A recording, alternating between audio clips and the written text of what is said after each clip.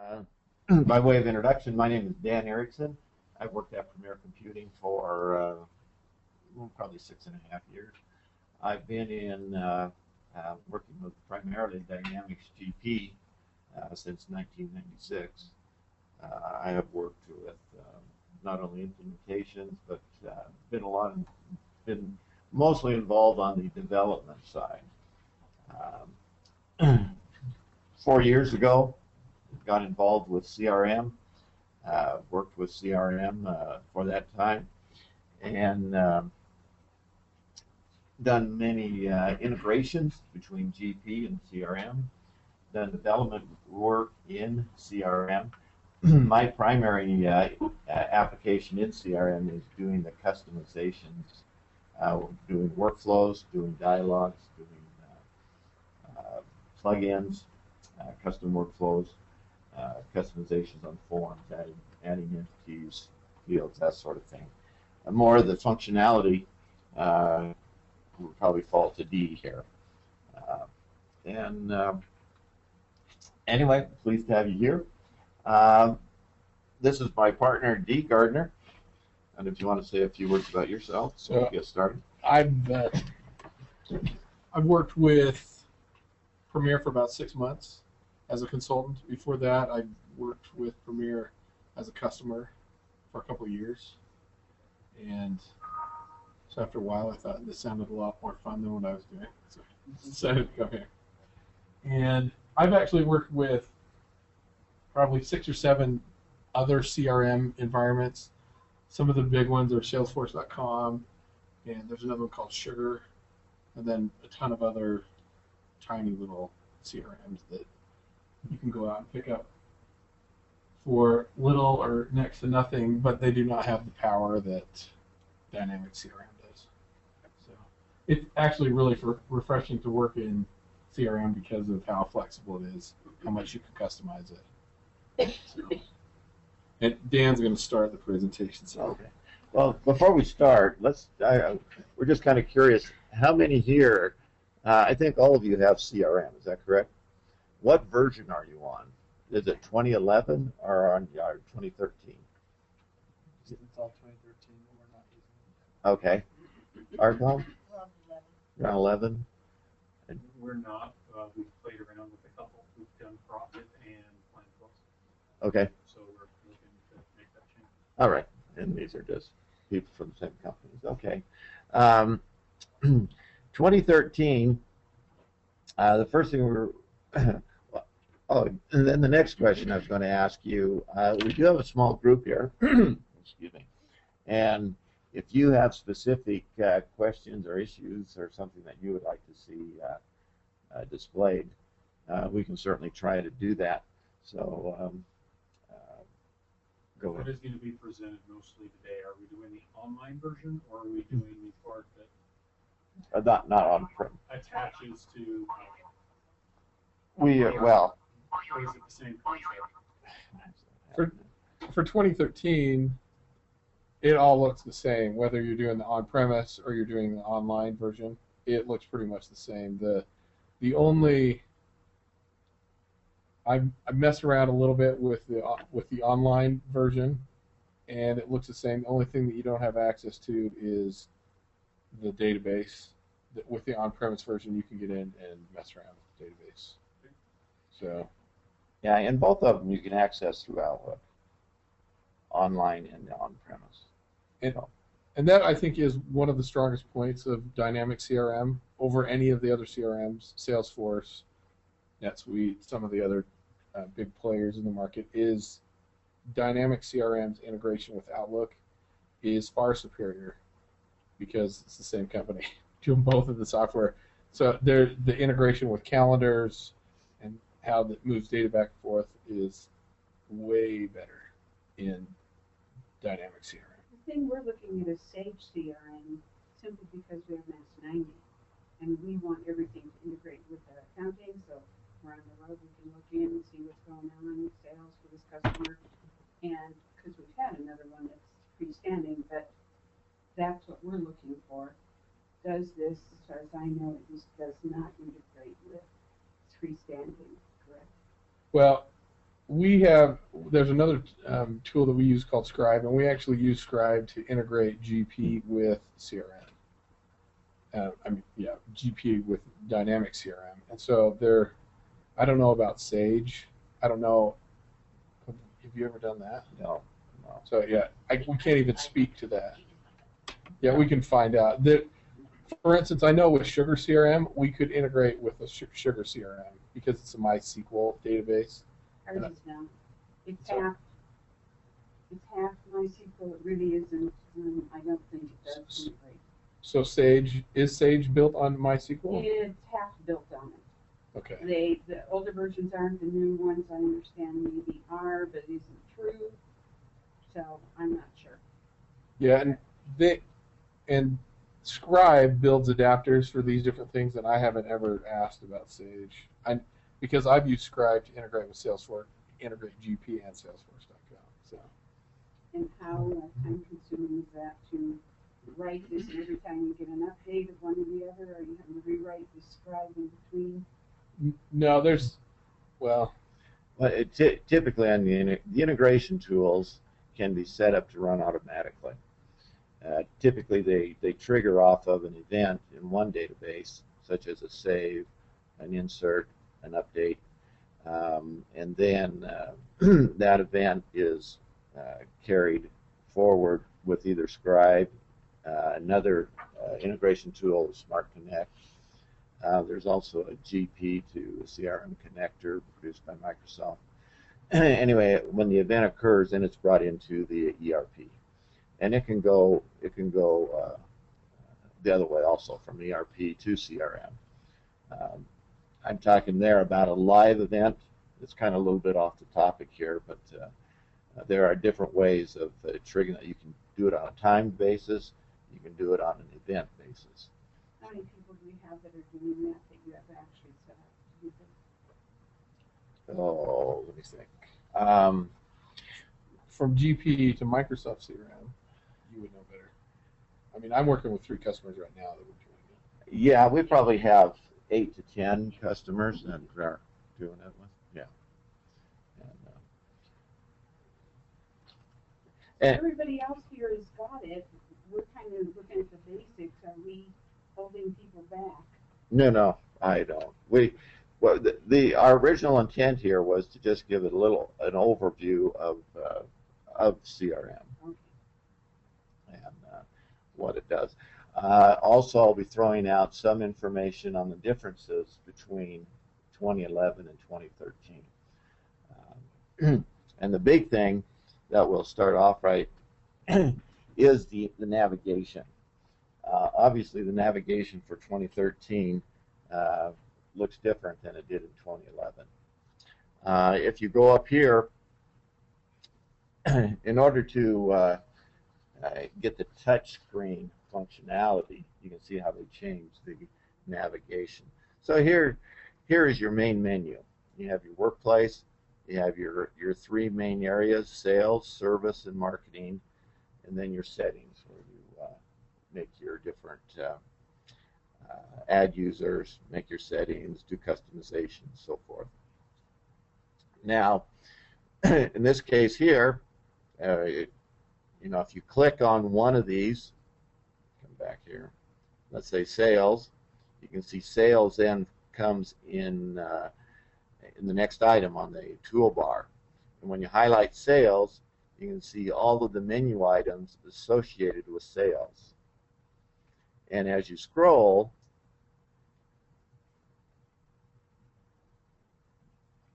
it moves essentially to the left, and you can see all your menu items. And then scroll back. So a little bit different navigation. I just want to keep you continual learning process. So how many of you use 2011 right now? Okay. Oh, Ag Reserves, you're not using 2011 right now, or? Okay, so you just, all right. Anyway, that's one of the big differences then, is that navigation. Instead of the typical left-hand navigation window that Microsoft's been touting for so long, they broke their own rule and changed it. So obviously, that's the way to navigate. Now, a very high level overview of CRM. It has essentially three main functions: sales, service, and marketing. And if I go into the sales area and drop down the different menu items, you see we have accounts, contacts, countries, lookup test, isn't that critical? Come over here. Yeah, that's one of the issues here with it. We have, come on. Leads, opportunities, then quotes, orders, invoices, products. The situation is, can I move this? You can move that down. Move it down. I think that's what's. And then I have a little scroll. So you can either push the little arrow there, or if Or you use your scroll. or use your scroll wheel on your mouse. As long as your mouse is, and this is what's difficult, is if you've used 2011 or any of the other Microsoft products, it's really kind of a strange behavior to have to hover over stuff with your mouse, because it matters where your mouse is hovering. Because you can see if you hover off of that, it goes away. So you have to keep your mouse out in the middle of that as you're scrolling, which is, at first, it's really annoying. After, I've been working with it for pretty significantly for 3 months, so it's not as troublesome. But I'm watching Dan, who doesn't work with it as much. And I'm like, oh, you got to keep your mouse over the menu where it goes. Okay. The other. So here with sales, you can do your leads, opportunities, then you can scroll over and you see you move it. You can create a quote, move it to an order, move it to an invoice. You have product maintenance, and a few other things related to sales. Go back to service, and you can see with service, you've got your same customers, accounts, and contacts. Accounts are typically customers, and then contacts would be individuals. However, on the service side, we have what are cases. You can create cases within, usually get a phone call or something. You have a service case. You have a calendar where you can calendar your different issues. They have queues. Where you can queue up the different phone calls or service cases that do come in and distribute those. And a few other things. We have products, goals, a few other things there with service. And then the other main area is marketing. And if we go to marketing, again, you have your same basic customers and contacts. And then marketing, you can have leads, you have your marketing list, and you have your different campaigns. This is probably one of the nice things about CRM is you can have email or other type of campaigns and keep track of those campaigns, target certain customers, get results back, that sort of thing. And when you say campaigns, you're talking like it would replace the constant contact? No. This will help with the constant contact. So because this isn't going to do the mail blasting, the constant contact can do. So what this would do is you would select a list of customers in there and you say, I want to send out a campaign to these customers. You would send it out, through constant contact. As those came back, constant contact can embed that information in, and then it can come back into CRM as you receive results from that. That's a good question. You need another provider.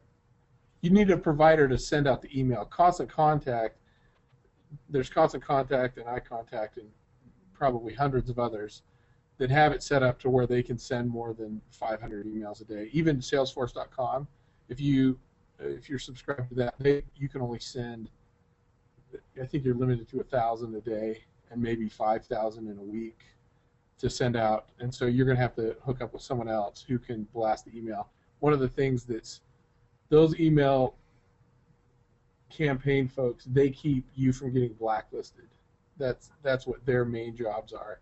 And even Salesforce.com, they said, we don't want to get blacklisted. And they have over 200 IP addresses that they're sending mail from to keep them from getting to keep your company from getting blacklisted. So it's a huge deal. And so you do need that third party. But here in CRM, you can keep track of all those. Same thing with Salesforce.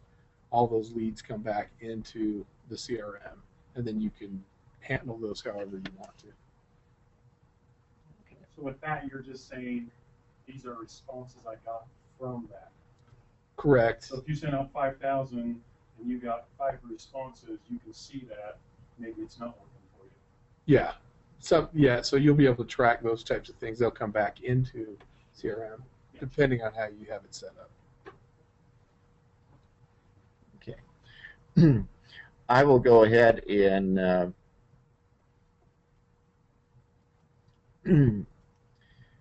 go to the account entity. This is a listing here of a view of the accounts that are out there. You can see down there we have a very small sample database. There's 17 of active accounts. If we go in and look at an account, double click it.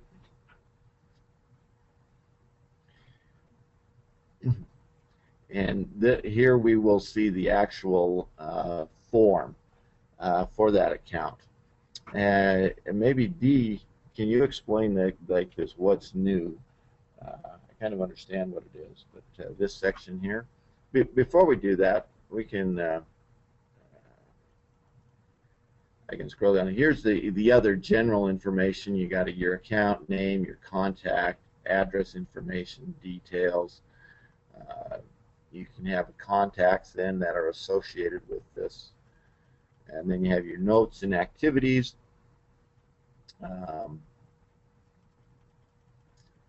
And additional information that you have on this contact or on this account.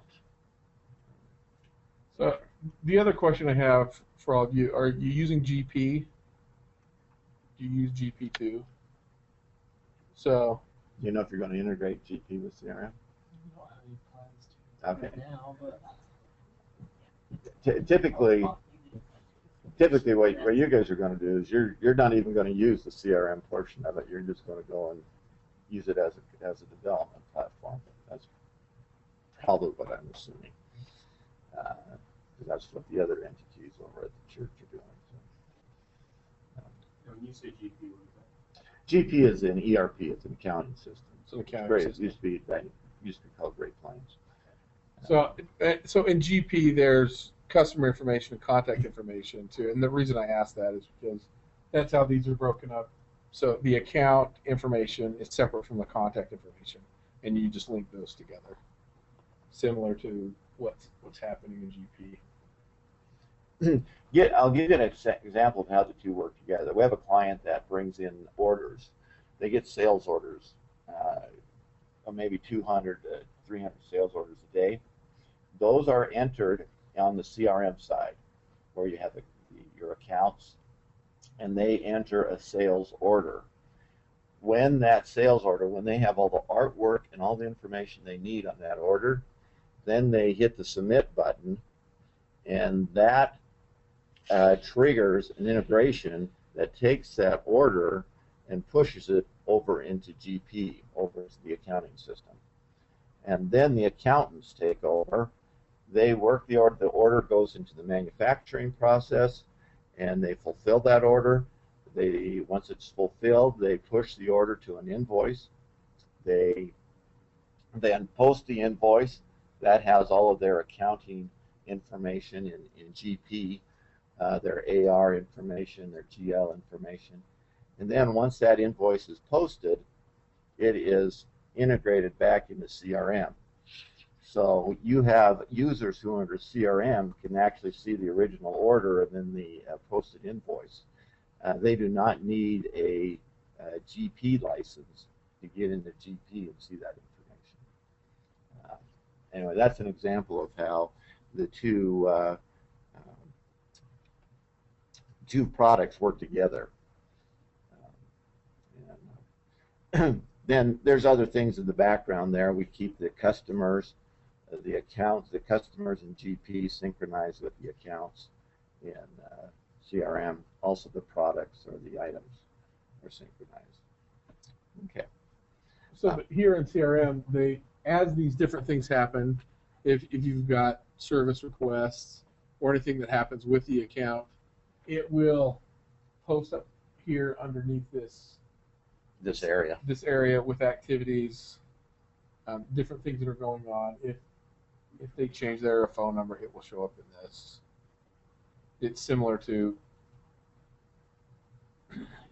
what's happening like on a Facebook wall or on a Twitter account. They just, as these different things happen, they just keep posting to this.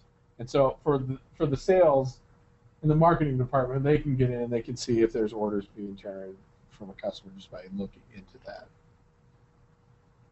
Okay. So this is essentially a customer or an account record in CRM. If I go to the contacts, it would be similar. Again, we have our different contacts. Again, these are typically individuals. I do have, you can see down here, 28 records is all. You know, if you had 5,000, you would manipulate this so you see 50 at a time. That would show like 1 through 50 of 5,000. Okay, go in and look at a contact record. Again, it'll be similar. You've got name, job title, other information. You see down here we've got an address and then a map.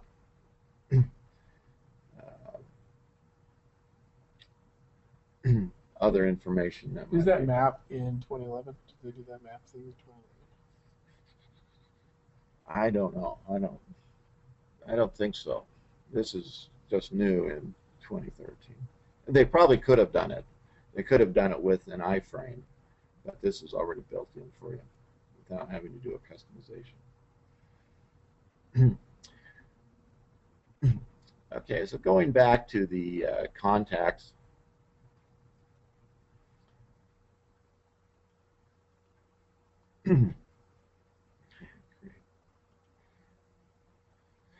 Going back to the contacts, here it shows active contacts. Here I can select a view, and if I do a drop down there, you can see the various views that I have. I have all active contacts is what I'm looking at. If I go to my active contacts, I only have three that are associated to me individually. So if you have salespeople or whatever that are working with contacts, you can isolate their contacts down by salesperson. And that is really distinguished by the owner of the record. There are a number of other views here. You can create your own personal view. So you're looking at this view here, my active contacts. I got the name, email, company name, business phone. If I go back to the other view of all, well, I got the same one there. But I can rearrange and do a custom view, rearrange these columns, add information to it, take columns away, whatever. And that's where you actually create your own views. So create a personal view down here. And there's a number of different ways you can see your data. Okay. Across the top here, are some of the tool or some of the functions that are associated with contacts. These functions work on all the contacts within this view. I can add a new one, delete. If I highlight a record, I can delete it. Open it up. I don't want to do that. I'll go back.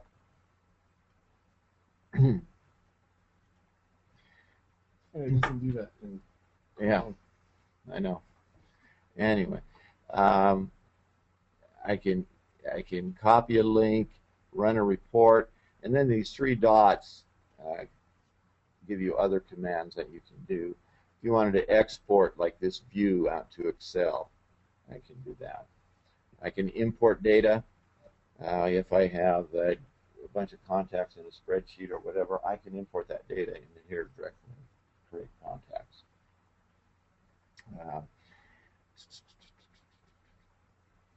Okay, now if I open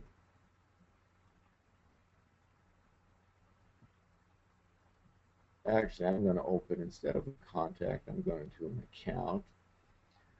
And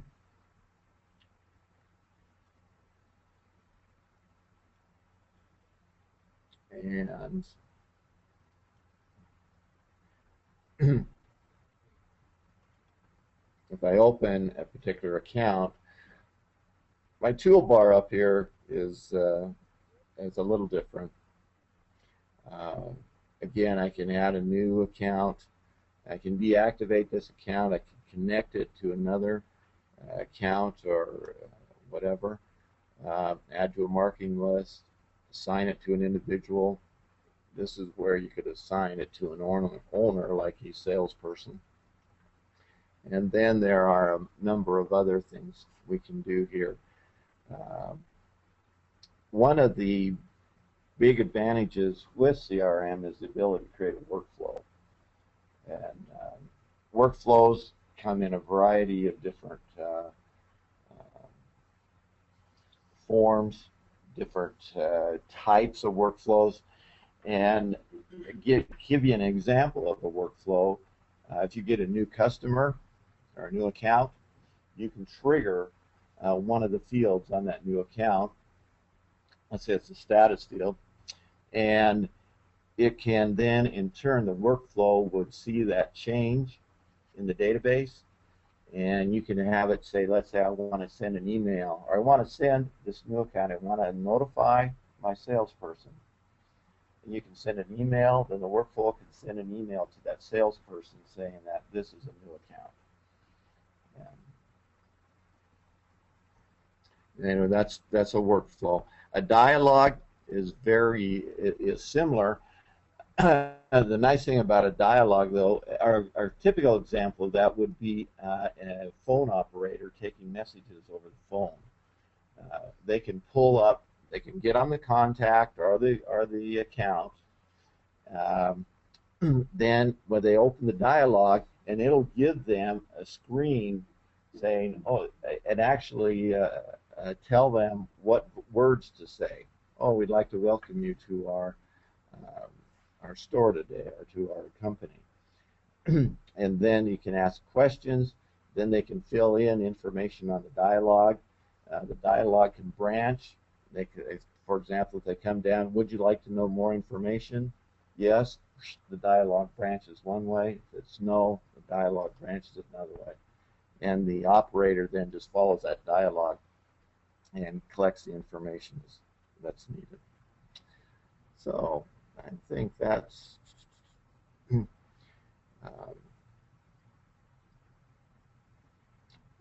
relationships. Relationships can be a little more complicated, but the thing is a relationship management tool, CRM, and this is where you can create relationships usually between accounts and contacts. So in other words, you've got a customer out here and it may have 8 contacts, and those you can associate then those 8 contacts with that customer. That's a very simple example. Anyway, you want to go from here? Okay. Well, one of the things with sales that I was a bit confused with was kind of what is the process. So what's the difference between a lead and an opportunity? So here, we'll just go look under all leads. So a lead is the first step in the CRM process. So for instance, let's say you went to a trade show and people are swiping their badges and you get 1,500 new contacts from a trade show. So you would import those as leads into your CRM. And once they're imported in CRM, you can create a marketing campaign that says, okay, we want to contact all the people that we talked to at the booth or that came by the booth. Send them the email, says, thanks for coming by our booth. What, can we send you a catalog? Do you want a salesman to call you or something like that? So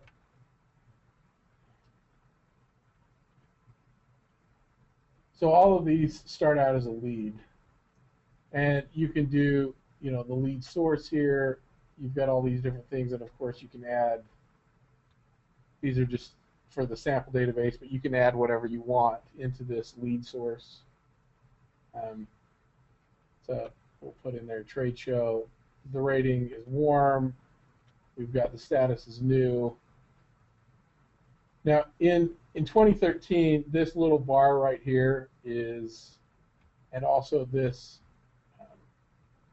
process bar, these are new in 2013 that are not in 2011. This information is actually all in 2011, but it just isn't displayed this way on the screen. So, and then you can, here we just have new and contacted status, and once again you can add all kinds of things to these status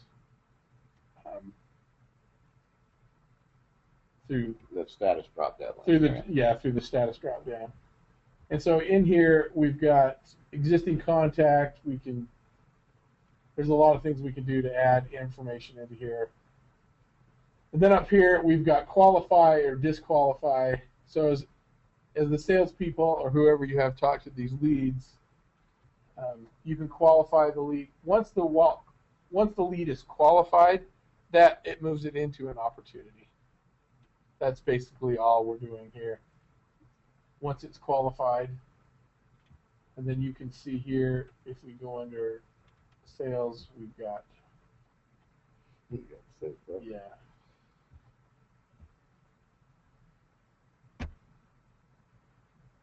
Now, one of the reasons they actually changed the interface, if you've worked in 2011, and we can actually bring you up and show you that, there is so much more screen real estate when those menus disappear.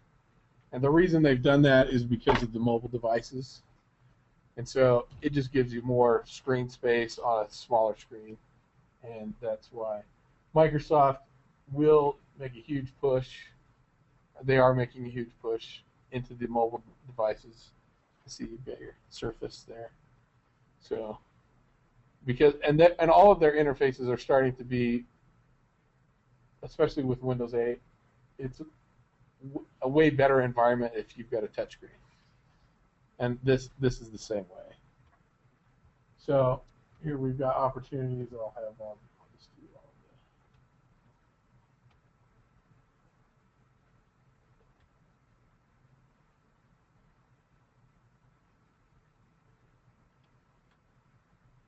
So once again, they've got what they believe are important things up here. Of course, this is just out of the box.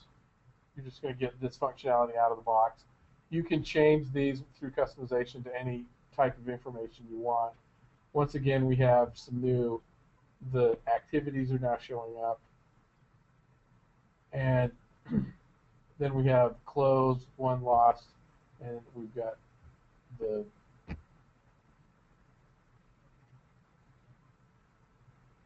I went to a conference right after this is released, and a lot of the folks that had worked in 2011, they were all making fun of this because they're trying to make it easier, but they've made it harder because we've got the 3 dots, and it's basically hidden a bunch of information that used to be on the screen in 2011.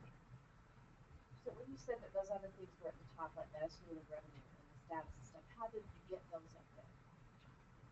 So these, The customization script like that. yeah, so, well, this is just out of the box, but if you go to, let's see, this is, it's locked. It'll still be a little bit foreign here. So this is one of the powers. Now, not every user will have the access to do what I'm doing right here. So now I'm into the form. He's getting ready to customize this form. So the form that we were looking at now, I can look at. So now I'm looking at the form. And you can see the different, I'm trying to remember where the,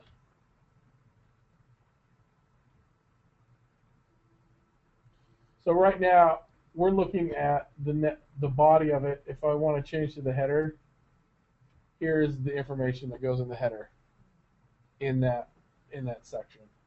And then I can move any of these things that we've got, actual revenue, actual close date account. I can move all of that into this, but it will actually only take 4 fields in there.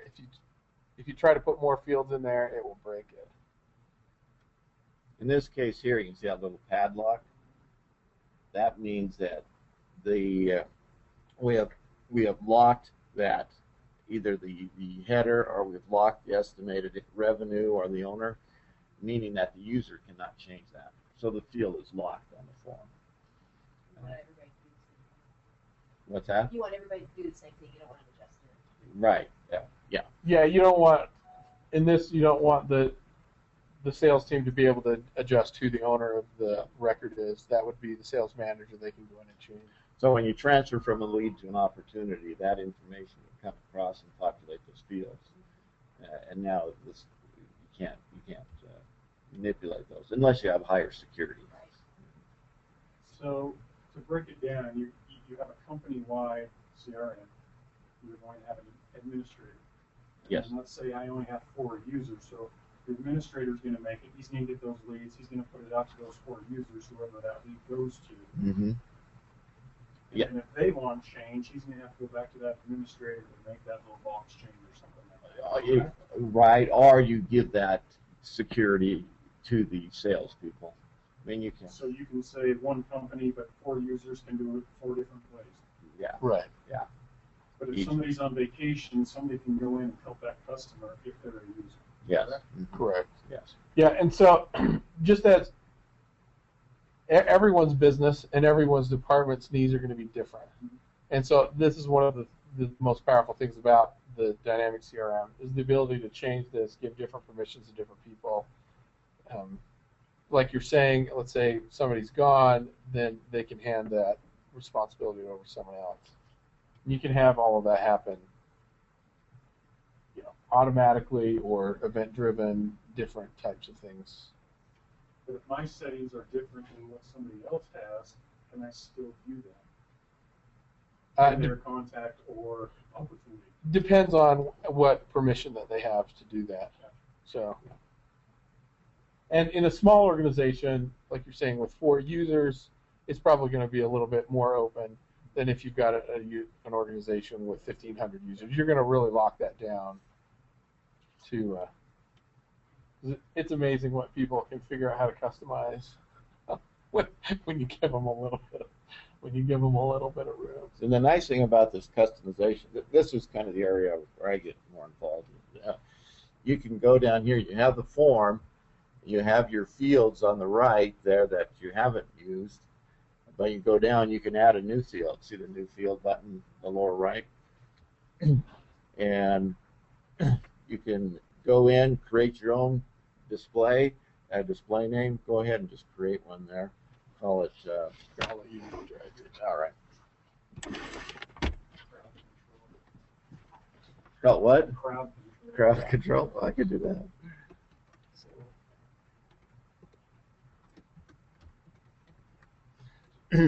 It automatically defaults. This is the name in the database. Field requirement is optional.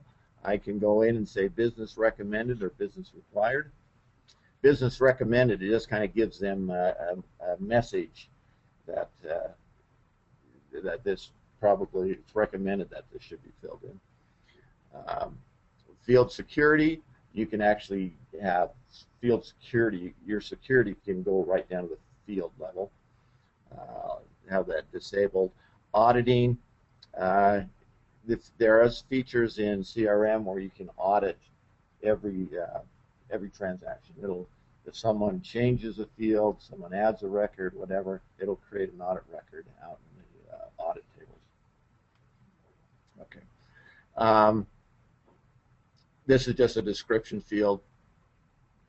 You can describe this. Typically, when you end up getting, 500 new fields out there, this is where the description is really beneficial, especially if you pass it off to another person.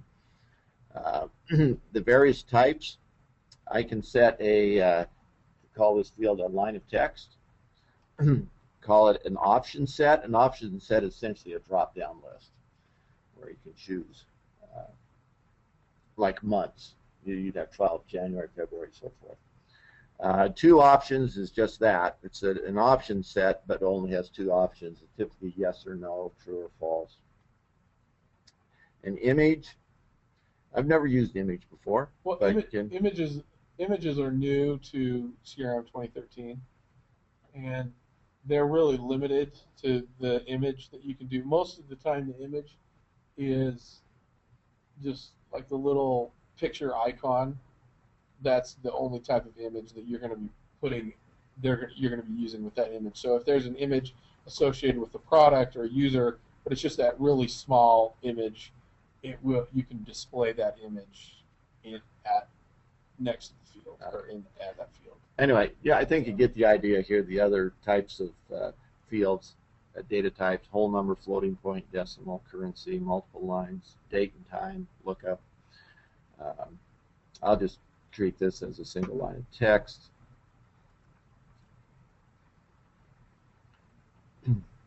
And now if I go down here, there it is, crowd control. And let's come over here to my form. Yeah, go ahead, Dean. Well, I just switched up at the top. There's the body, the header, and the footer. So right now we're editing the footer, but you have to switch it at the top. See, and it's funny because this menu right here at the top, that's what 2011 looks like. So they haven't changed all the menus, just the basic navigation stuff. All the back end menus still are the ribbon that Microsoft adopted back with. What I'll do is I'll move this crowd control onto the form, and I will. I need to publish this. I don't know why that would be saved publish. Yeah, I will save it.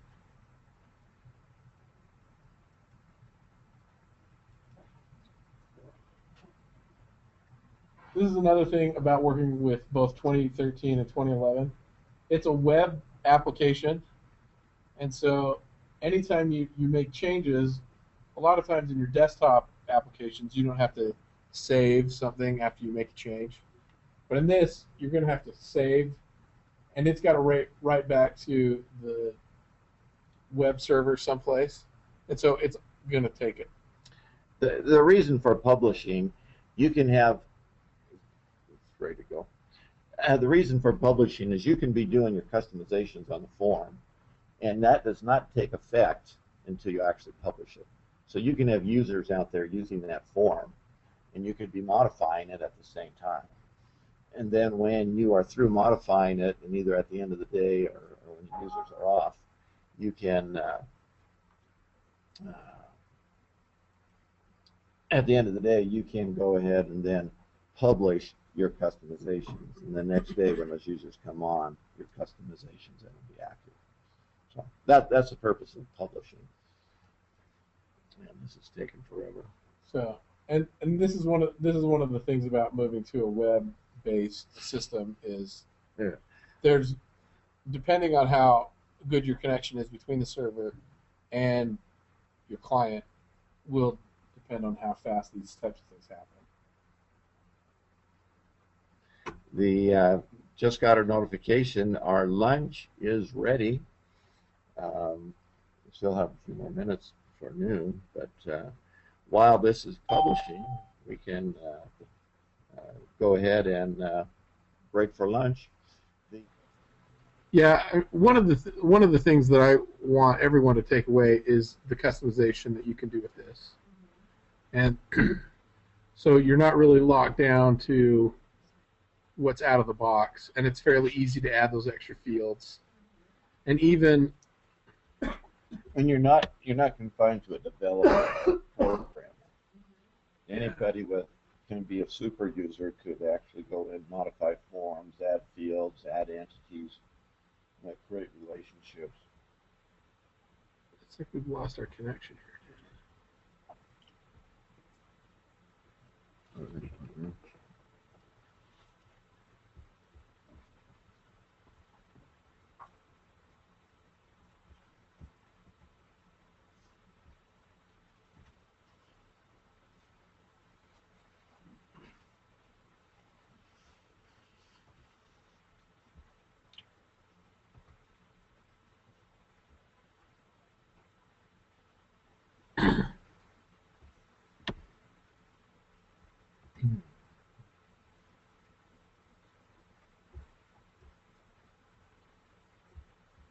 So, for instance, with the leads, You want to go ahead and start? yeah, I'll just talk about this. Okay, you will. There is more food. If you want to, go do you want back to get through? pie or a cookie or A anything? pie or cookie back there. Oh, there's your. I'm good. There you go. And, Okay. So, one of the things is they have an import data. So this would be, so you just go here, since we're on Dan's machine. Then you would just browse out to wherever you have data. Do you have some? Would that be the same way if on the marketing list to send them, I send out the press releases? Would that be the same way to do it? Yeah, so let's say you're trying to get leads into the system. The easiest way is with this upload situation. There. So if I've been to a trade show and I've got a list of people that I need to import. Correct. I think what she's saying, that if you're doing what, Doing like a mass email out. If you're doing a mass email out, then you may want to export to put into cost of contact. So, but how, like on a press release, how many people are you? We usually do about 300. Okay. And so with 300, if you're doing an email, the system will probably be able to handle that. So I actually haven't done any emailing out of CRM. But how do you? Well, I know you have to go through the wizard filter. Yeah. So select what you want based on if this then.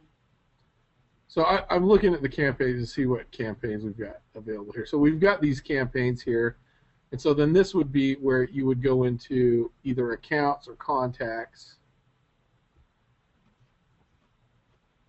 And then you would just select those, or see, I've got them as active. Just what, the what active he's contacts. doing is including the contacts that would be included in the campaign. And so, and then you've got, so then you have here, whoa, they really, so here, I guess they wanted to limit it to 5, and then we have all this other functionality that you've got here. I didn't realize that this is where all this stuff was. So, but here we have the quick campaign, and so we're going to, for selected records, for all records on current page, for all records on all pages. So I'm just going to put for selected records here. This is where you can create your own view. So right now we're looking at active contacts, but you can go in and create your own view off of a certain field. Yeah, I was going to say, I may want to say if they are within a certain territory. Correct. Exactly. Exactly. Yeah, that's what you would create your own view for. You can create your own view, and so then this would be the ones that you have in that view, and then we're just going to call this. We'll say.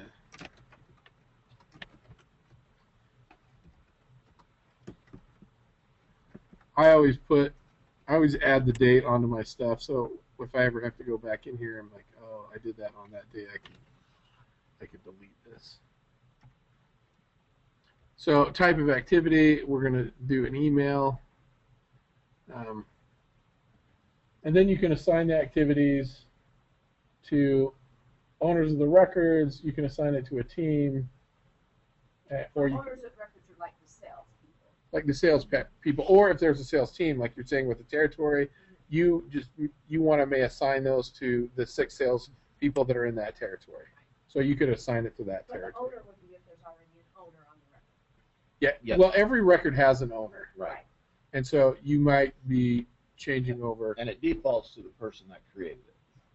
But then you can assign it to someone else. Right. So, and I'll assign these all to Dan. And then here, so then it just pulls up the. We have a template. So, and then this will probably bring up. If I want to use a template, I don't know if they've got any templates. Marking event notification. I'll just throw this in here.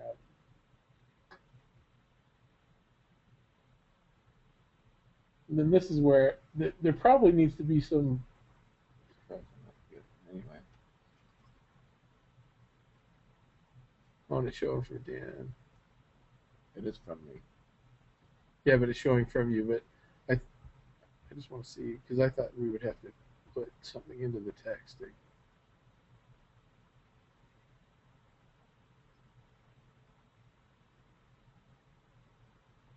So it's adding. It's also add if you wanted to put an attachment on there. And then the information down here at the bottom are details that are going to. Go up a little bit where it says blind copy. So if I wanted, how do I get my list in there for all the people I want to send it to? I'm assuming I want to send it to and blind copy everybody on it. I actually don't. Yeah, I don't think that. I think the two. Because you've already created your list of people. You've got to look up there. I know, but it's not. So I actually don't think that this is where it's sending to. I think this would be if you wanted to include. Yeah, it's not even giving you that option. So it's showing who it's from, but the rest of the stuff, I think this is just part of the template. You can't change any of that. So when you go blind copy, then how do you import that list? So that's. I think this is the next step. So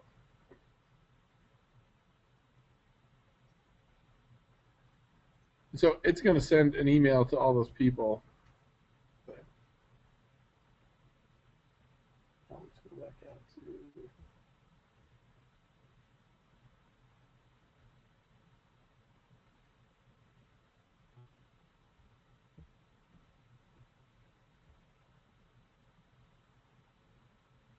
so that would show where the responses came in. Number of successes 2 failed, so 8. 8 Is there a way to verify your list? Yes, I should have. Selected members are off to the side there. Right. Right there.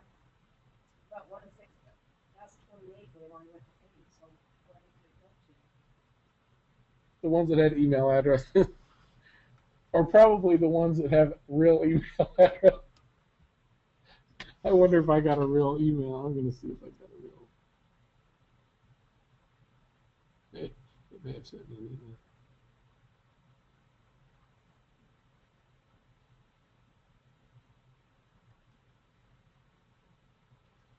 email. Again, this is being internet. See, I did a refresh there, and it came back and said total members, there was 28, number of successes 26, number of failures 2. And this is complete now. At first it said 8. That's because it's in process. Oh, okay. Okay. Uh-huh. It doesn't happen Okay. immediately. It takes a while to get all the Right, yeah. emails out. Uh-huh. And So now I wanted to see, does it give you reports on eventually, if I want to pull up who's in that campaign, I can go back and see who it was that was in that campaign and what they've done and the actions that they've taken. So the responses are going to come back down here. When they send a response back, it will show up here. Okay. okay. But she wants. How did you get to that part? So it does look like it sent once to, like you're seeing here.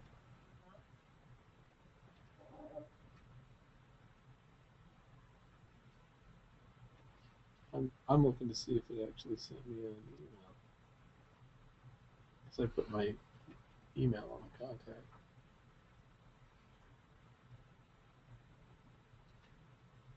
Then you scroll down just to see what the responses were. So okay. Obviously, no one's responded back at this point. You can open up the email. You can see there. That was the template we used. Nice.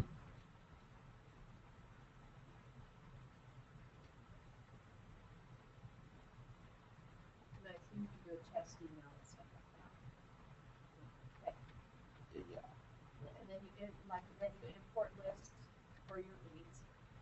And you need to specify columns with headers based on what the fields are. Will it automatically match them up?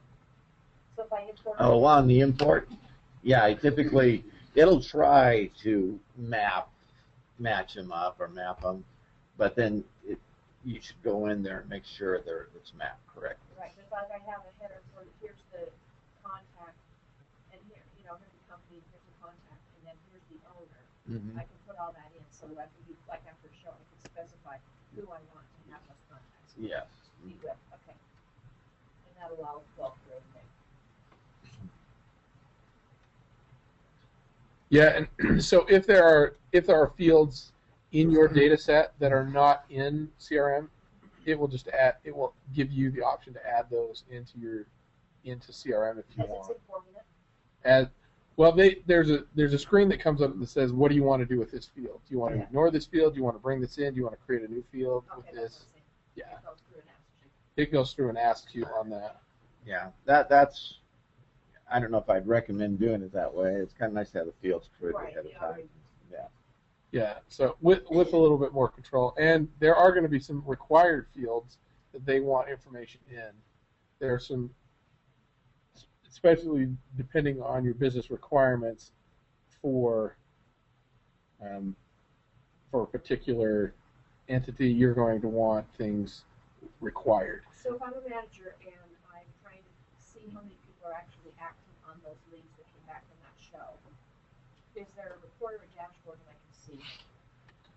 So this is where the workplace is, and then there are under the workplace there's these dashboards, and then you can create a dashboard if you wanted to that would. So how would I funnel that campaign? You see what I'm saying? So how would I go and follow through with any leads that I have for that campaign, just to see how's the sales force working? So there's available reports, and then if you wanted to create a new report, you would just do it right here. There's a That's.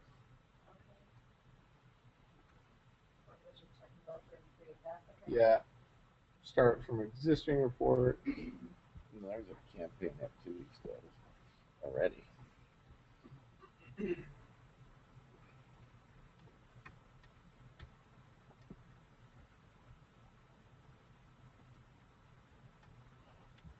And this is editing the report rather than.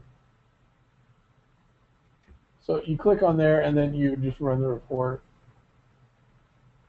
And I think this is campaigns and not quick campaigns. Quick campaigns. And are these already, already built in with the program as is? Yeah, these templates that just come with it. Yeah, these are ones that come with it. Yeah, out of the box. Yeah. Okay.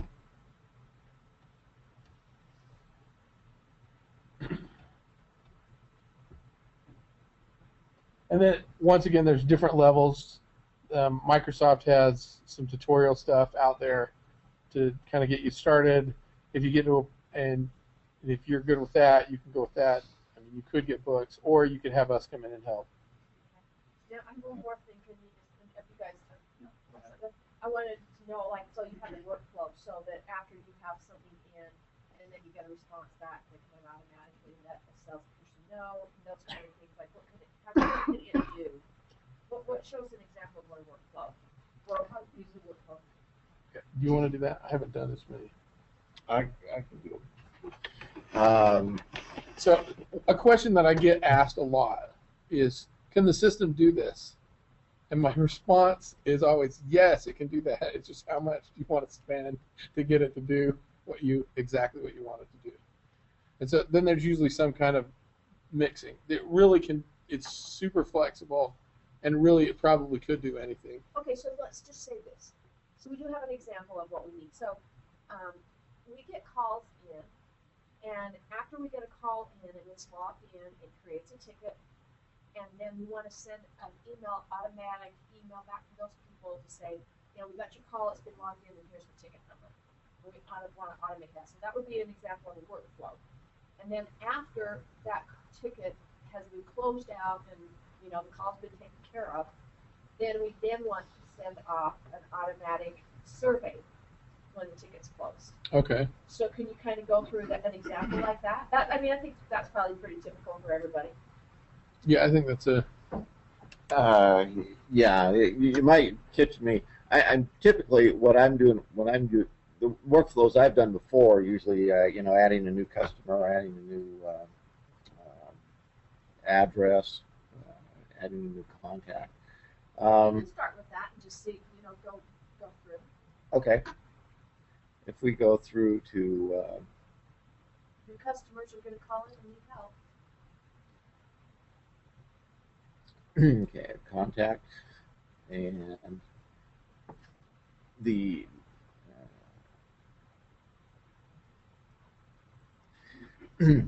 I'll move you over to the settings, and this is where you will see, this is where a large part of the customizations take place.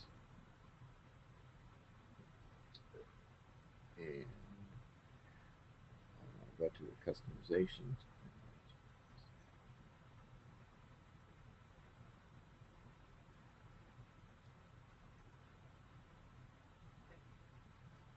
And I think what's funny about this particular interface is it's got the new interface on the top, but all the other stuff looks exactly like 2011. Yeah. Yet once you get into the customization point, This is 2011. this looks exactly like 2011. Okay. In the customization window here, we can see we have entities, we have option sets, various different resource reports, dashboards. This is where you can go in and customize, create your own, do whatever. What we are doing is a process, which is a workflow. There's two processes. You can do a dialogue or a workflow. And But where's the phone to case process? She was talking about, let's see if that, what that is. it's activated. So a dialogue is. The dialogue requires interaction with the user.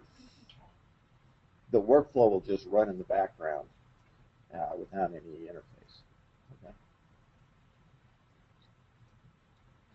Okay.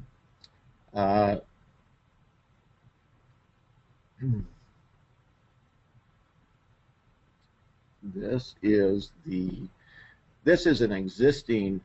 Now I have to go to 2011. Let me go to 2011. It's funny because that is. This is I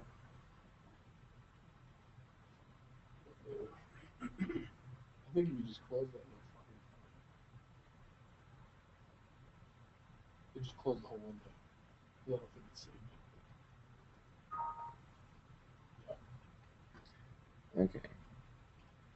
okay. Oh, that's Oh, a that's business process flow. Yeah, that's new. The business process flow is new in 2013, so 2011 doesn't have those yet. I'll just kidding.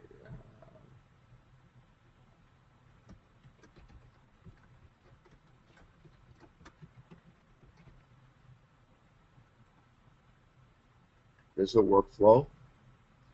The entity that this workflow will be running off of will be the account. I don't have a template. So you run this workflow in the background. What that allows you to do is you can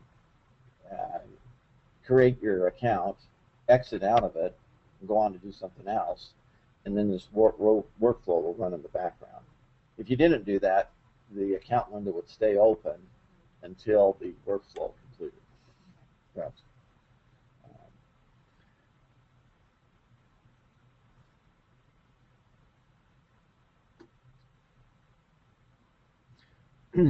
Okay. Now, here's the welcome letter. It's on the account, and run this in the background. I can put it in as an on-demand process, or I can do it as an automatic process.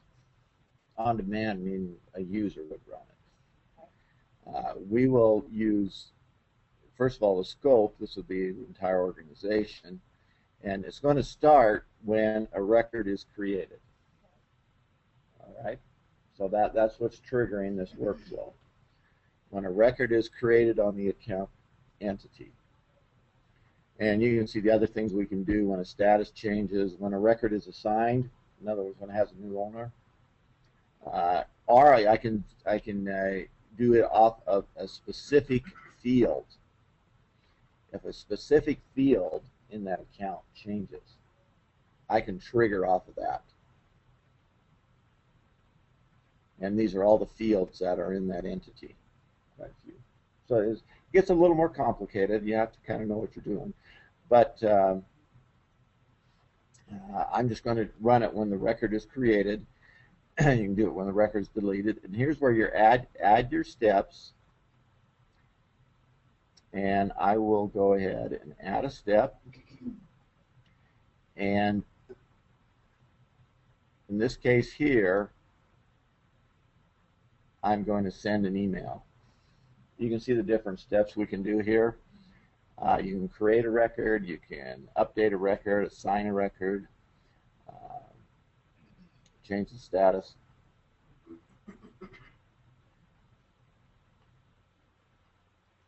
Okay. So this will be from whoever. And two, I want this to go to, now here's my entity. I don't want it to go to account. I want to go, this is where I would select a contact, and I want it to go to D here. And there's, Well, wouldn't it just automatically know that? Because it's not, this is a process, so it's not going to always go to D. Oh, are you saying that when the feedback comes? no. This is, remember, when we're adding a new account, who am I notifying? Right. I'm notifying D. Oh, so he's going to get it when the new account gets in there. When a new He'll account always is know when a new created. account- Right, all right.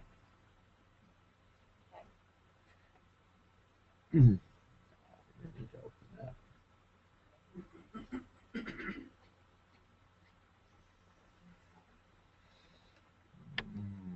Come on.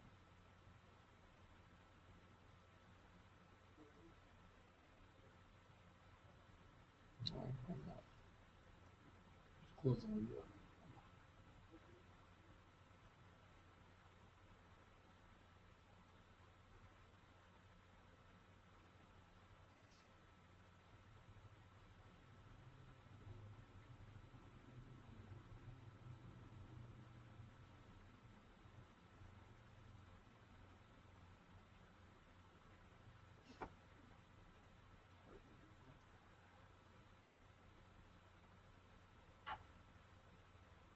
How did you move that in up there? So how does it know to save when you click out of it? I'm going to. Click on it again. I think what you need to do, click on the side and then click This to the left. earlier. So no, don't click on it because that. That'll, yeah, I know, that's, So click the check mark and then click select down below. oh. Geez. Typical Microsoft. Yeah, that's it. Okay, then you can carbon copy somebody. Subject.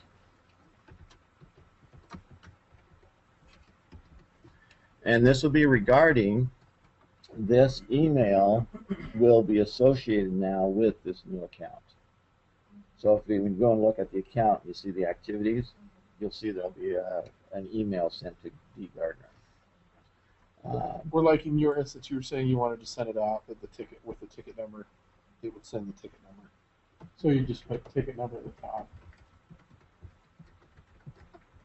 Well, it's just like, what it would be, yeah, I mean, we could put that, it's just that here's your new. Yeah, and you can see over to the right, see where it says account. And This is using data from the database. And so you can do that same thing with the ticket number. You could put ticket number and put that in there. And then put a space. Yeah, put Yeah. a space or whatever you wanted to do. But it would look just like that account. It says account. It would be highlighted like that. So. Okay, so I'm creating this email. Just a simple message. I can put an attachment on this email. And Or for instance, with your on setting it back with the link to the survey, you would just include the link to the survey. Well, I put that in part of the template. Yeah. okay. Can you do, so then I'd have to do one to send the one to, when a new leaves in, and then another time when a ticket's closed. So there's Yes, correct. You get it. So it's not really, they're two specific actions, they're not a complete workflow, it's like. That's right. And you can, once this is set up, you can have 500 workflows out there, and they may be running, they may not be.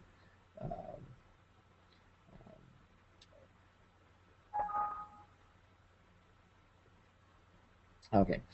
This regarding, I'm actually using data from the account itself. I am not. Also, so that is. So account is out of field? Yes. It's the account field in the account entity. Okay. So the subject is what's going to go to that client, but then the regarding is account. Yeah, That's this is just internal. This is what account it's assigned. It's set regarding, or it's associated with. Well, on this particular one, because he's doing it on a new account, he's sending it to like a salesperson. So that the salesperson is me. All right. So that's a very simple workflow. Now I can add more steps here. We can create tasks, a phone call.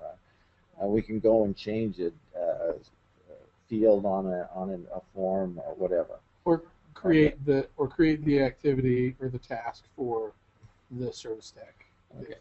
So let me just save and close this. And I call it welcome letter. You can see right now it's in draft mode. And in order to, let me highlight it, you have to activate it.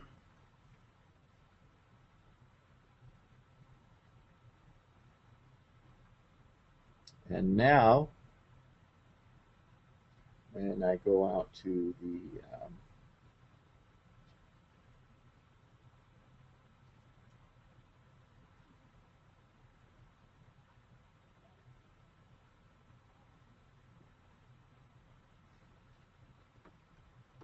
I'm just going to call it new account. And you can see the owner is automatically assigned. Can you see that? I'm the owner. For the drop down, you can change that. Yeah. Account number 2, 3, 4, 5, 6, whatever. I don't think I need to put any more. You want to put contact.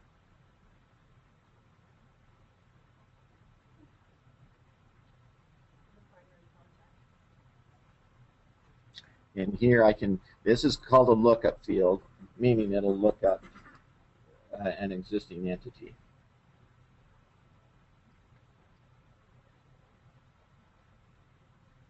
And I contacts. I'll just choose David. Okay, now when I save this,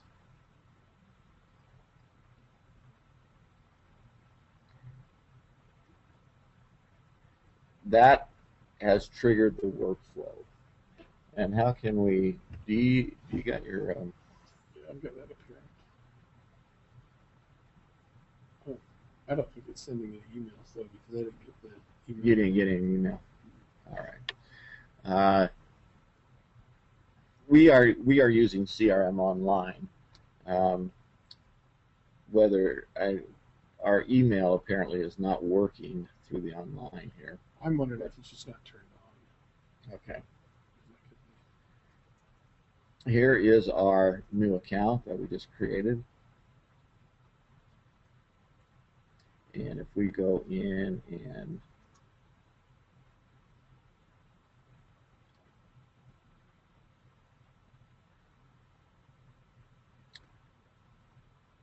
The activities portion should show up on.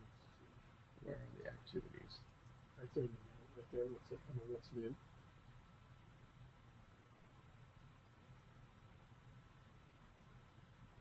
But it should be associated with that.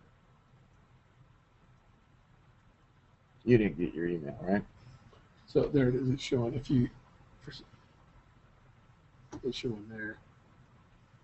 It shows that the email is sent. I need to refresh. I don't know if you need to refresh or.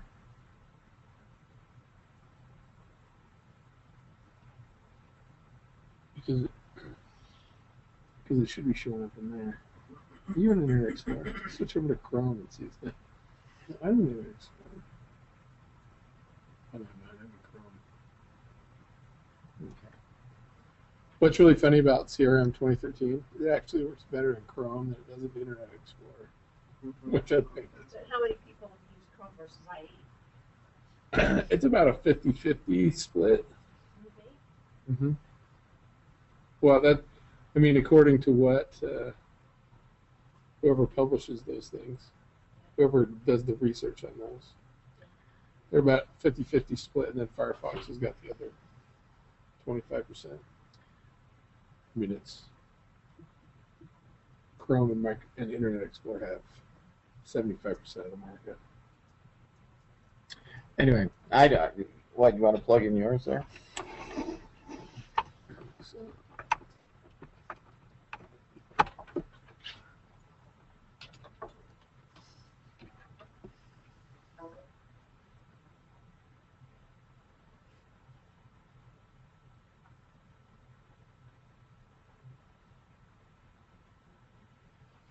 So you can see here, there's posts, but under activities, it shows that email that was sent.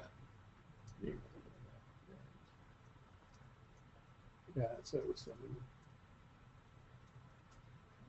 But I don't think we have, because it's not showing up in my email. They're not. Anyway, that's how you can set up a workflow. And there's a variety of ways you can do that workflow. You went to, Now to do that, you go under Settings, okay, Customization,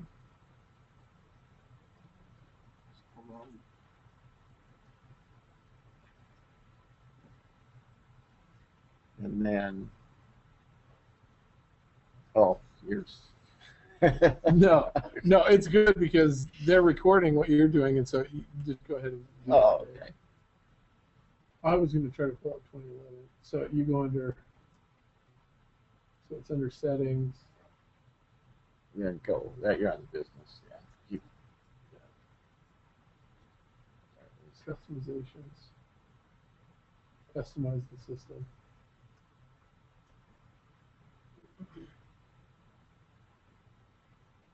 And then under processes right here.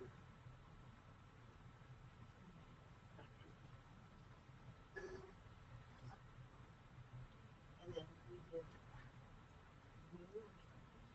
Yeah, we're doing a new, So then new right there. and then your process name, we called it welcome letter. All right. The category is going to be Workflow. workflow. And then whatever entity. Whatever entity is triggering that workflow.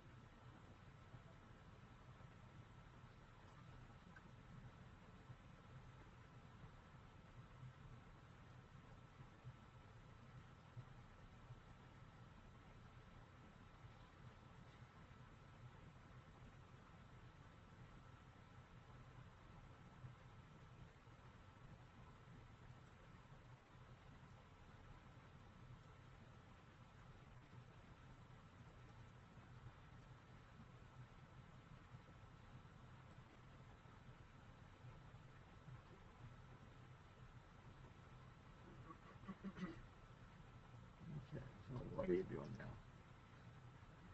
Are you going to create a new workflow? You're just showing her what. I was just showing. And once it's activated, you can go back in and you have to deactivate it, and then you can edit it again. Go to the welcome letter.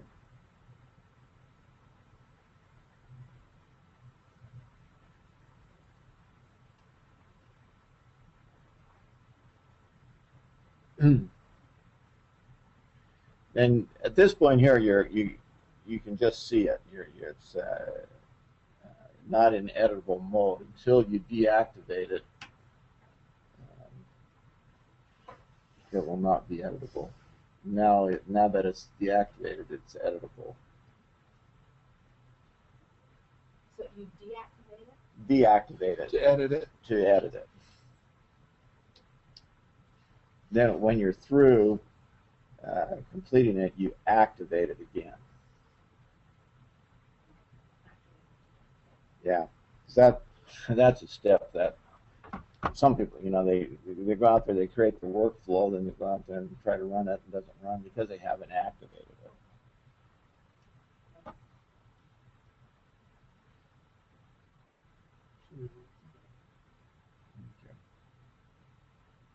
Okay. I was trying to pull 21. Oh, okay. You can go into set properties there.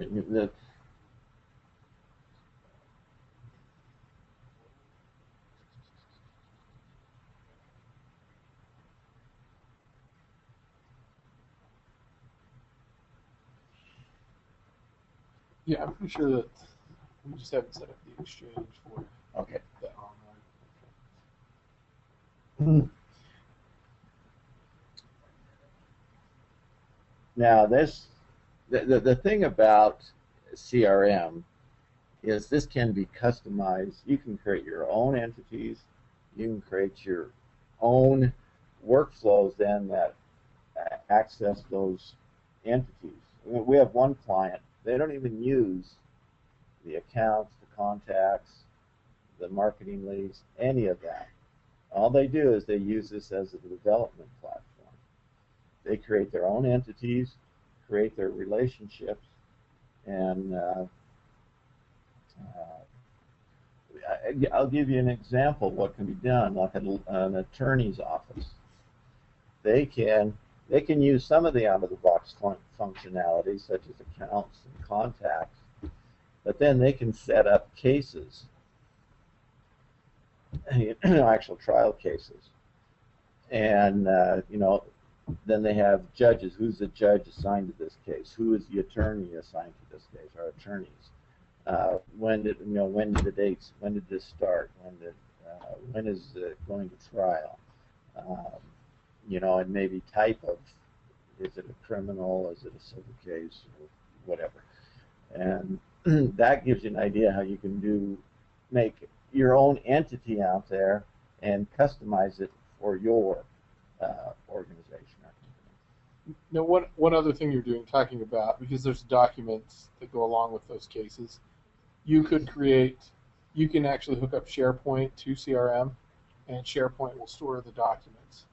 So you can access the documents through CRM, and then so now it does have, if we go into, for instance, on sales, we'll go into an account.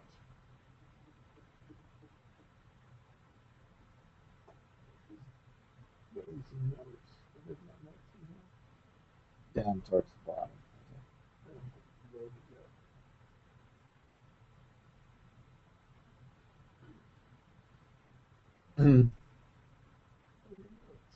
There it is. Go up. Oh, There. Okay, so on this account, if you wanted to add a contract here, this is one place you could just say, and you can attach the contract right there. Then go out and choose a file. So Choose your document. How about just the opposite? Oh, this is the contract. Okay, so So, you're sending that to Amy Store. Here's the contract to send to you because now. well, no, on this particular thing, this is just a contract. I just opened up the account and I just attached this document to the account. So anybody who gets into this account can see that document. Okay. So This that's- is an interface with SharePoint. This is an interface with SharePoint at this point. Now, for instance, with the cases that may be with an attorney, there's a lot of documentation that goes along with that. You can create a connector with SharePoint, and so then you can make so on here,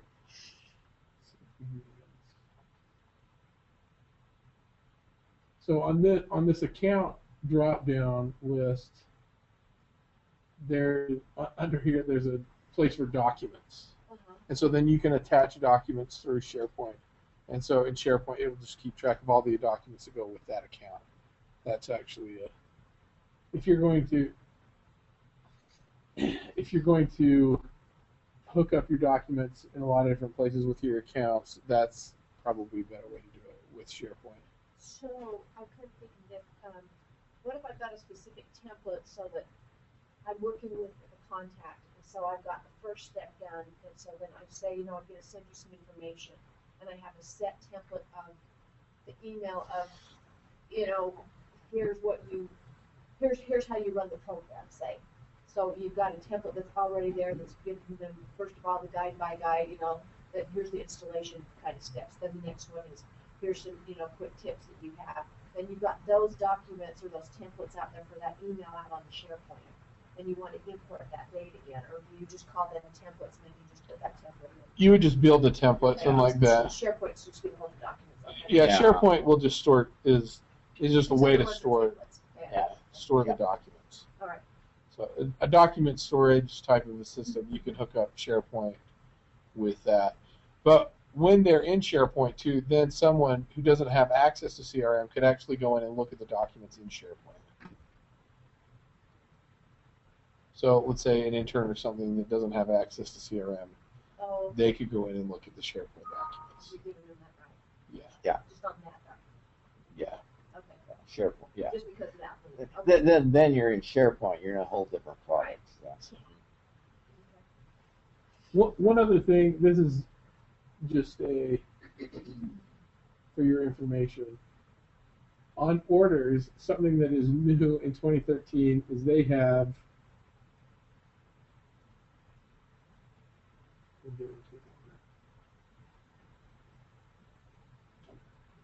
something that they did, since you're talking about, because that would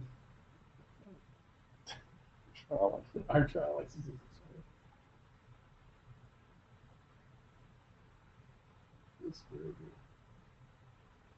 What are you looking for? They have. What happened? Gotta get that number.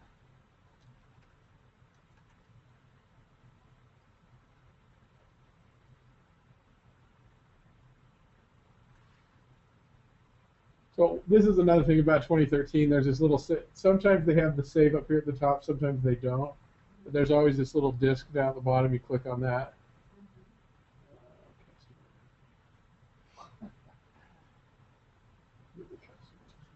You know, that's the old floppy disk. We don't even use floppy disk anymore. It's kind of. That's how it is, or whether you say it's Microsoft. Yeah.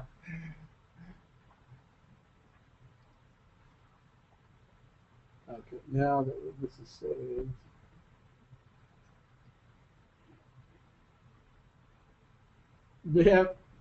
They added this. That's for putting a line, putting an item on the order. Yeah, so but this is a. No order products. You gotta put an order. I guess I don't have. This is one of the complicated things about products, the way the product it handles products, and there must not be any products in here for us to do this because they have an inline order entry form Oh. that they have not had up until this version. However, I think we don't have any products. Maybe we do. There's one.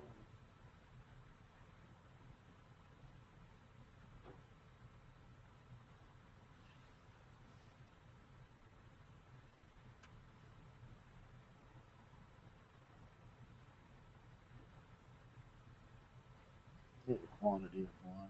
That's what it is. If the products are set up correctly, a lot of this you stuff. need an alternate name.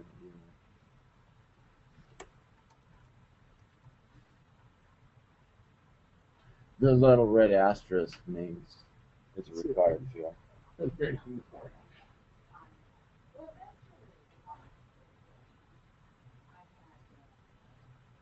So on this particular,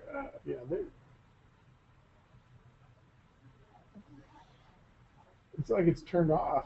It's not. You're trying to get the line up. Yeah.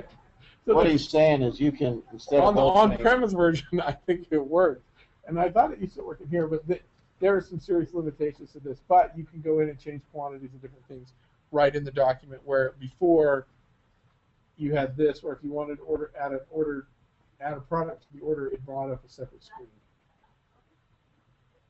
But it doesn't look like it's. I don't know, maybe we've messed around with it. Okay. So anyway, that's just for your information.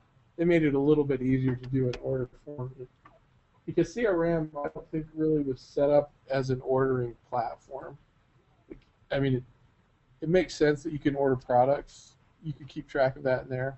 what Microsoft did, they created a development environment, and then they had to, in order to sell it, they said, well, we got to create an application for this development of that. And they created CRM. But they created the development environment first. Then they put CRM on top. So these little things come up. There's actually better ways to. So if you go online, and there are a lot of tutorials and help you get. Yes. Yeah, and if well, I wondered, is there stuff on 2011 in the customer portal? You went to the. We found some for 2013. We have a customer that just signed up on 2013, and so there's a bunch of tutorials on that. There's got to be something. So if you want something like that, send us an email. Are you familiar with Customer Source in Microsoft? Okay. That's where if you're a customer, either a GP customer, or a CRM, or whatever kind of customer from Microsoft, you can go into Customer Source, and it'll have training classes available, e-training classes that you can take at your leisure.